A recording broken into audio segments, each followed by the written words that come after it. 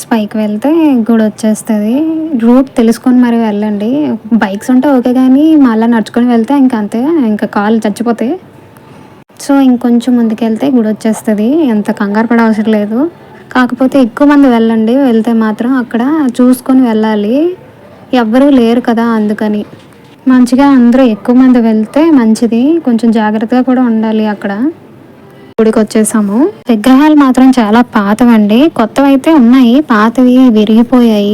దేవుడికైతే face మాత్రం పూర్తిగా విరిగిపోయింది. వెనకతలైతే కొత్తవి పెట్టారు.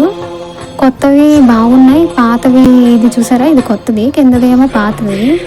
అక్కడ ముందున సింహాసనంలా ఉంది కదండి, అది ఓల్డ్దంట. ఆ వెనకతలు ఉన్నది కొత్తగా ప్రతిష్ఠించారు, కానీ ఫస్ట్ ముందున ఉన్నది కదండి, అదే చాలా పాతది, గుడి ఉన్నప్పటి నుంచి ఉన్నది అని చెప్పారు.